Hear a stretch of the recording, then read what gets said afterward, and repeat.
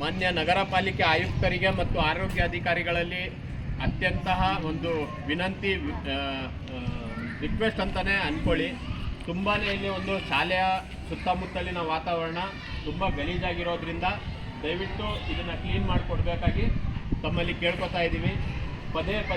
ಪದೇ ಇಲ್ಲಿ ಭಾಳಷ್ಟು ಬಾರಿ ಬಂದು ನಾನು ಕ್ಲೀನ್ ಮಾಡಿ ಶಾಲೆಯ ಸುತ್ತಮುತ್ತ ವಾತಾವರಣನ ಸ್ವಚ್ಛವಾಗಿ ಇಟ್ಕೋಬೇಕು ಅನ್ನೋ ಕಾರಣದಿಂದ ಮಾಡಿದ್ದೀನಿ. ಇಲ್ಲಿ ಬನ್ನಿರಿ,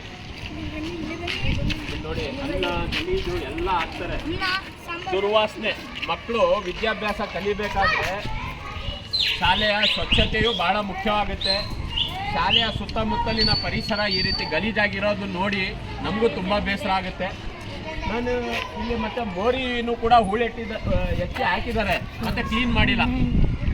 ಸಂಬಂಧಪಟ್ಟಂತಹ ಒಂದು ಅಧಿಕಾರಿಗಳಿಗೆ ನಾನು ಕೇಳ್ಕೊತಾ ಇರೋದೇನು ಅಂದರೆ, ಈ ಮುಂದಿನ ಪೀಳಿಗೆ ಇವರಿಗೆ ನಾವು ಸಮಾಜದ ಜವಾಬ್ದಾರಿ, ಸಮಾಜದ ಕಳಕಳಿ, ಸಮಾಜದ ಒಂದು ಪರಿಸರದ ಆಸಕ್ತಿ, ಈ ಒಂದು ಇದನ್ನು ಬೆಳೆಸಲಿಲ್ಲ ಅಂದರೆ ಇವರ ಮುಂದಿನ ಭವಿಷ್ಯ ಇದೇ ರೀತಿ ಕಸದಲ್ಲೇ ಕಳೀತದೆ ಹೊರತು ಸುಧಾರಣೆ ಆಗೋದಿಲ್ಲ.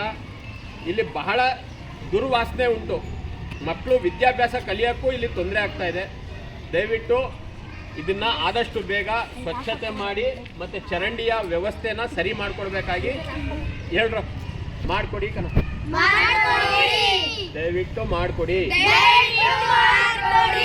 ನಮ್ಮ ಶಾಲೆ ಸ್ವಚ್ಛವಾಗಿ ಬೇಕು. ಸ್ವಚ್ಛ ಶಾಲೆ, ಸುಂದರ ಶಾಲೆ, ಸ್ವಚ್ಛ ಪರಿಸರ, ಆರೋಗ್ಯ ಪರಿಸರ. ಹಾಗಾಗಿ ನಿಮ್ಮಲ್ಲಿ ವಿನಂತಿ ಮಾಡಿಕೊಳ್ಳುತ್ತೇವೆ. ದಯವಿಟ್ಟು ಶಾಲೆಯ ಮುಂದೆ ಸ್ವಚ್ಛ ಮಾಡಿಕೊಡಿ.